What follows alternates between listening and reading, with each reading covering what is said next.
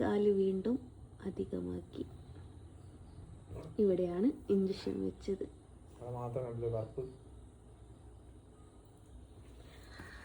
അങ്ങനെ കാല് വീണ്ടും അധികമാക്കി ഹോസ്പിറ്റലിലേക്ക് പോവുക. വേദനയായിട്ട് നിൽക്കാൻ പറ്റുന്നില്ല. എന്തരാവുമെന്നൊന്നും അറിയില്ല. എന്ത് പറ്റി?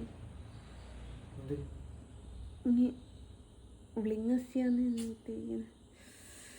അപ്പം നേരെ ഹോസ്പിറ്റലിലേക്ക്.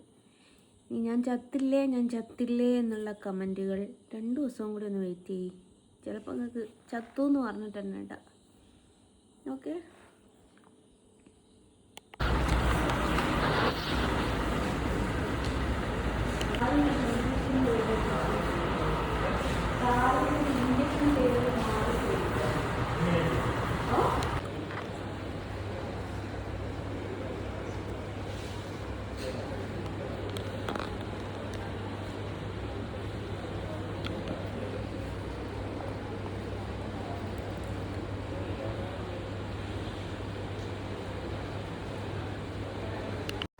ഓരോരോ സമയദോഷം എന്ന് കേൾക്കാറില്ലേ?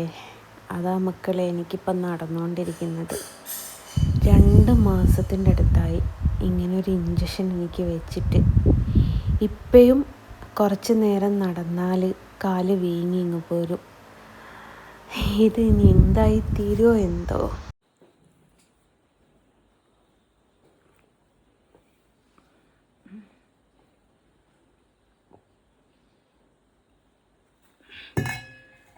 അങ്ങനെ ഡോക്ടറെ കാണിച്ചു. ഗുളിക എഴുതി തന്നു, ഓയിൽമെൻ്റ് എഴുതി തന്നു.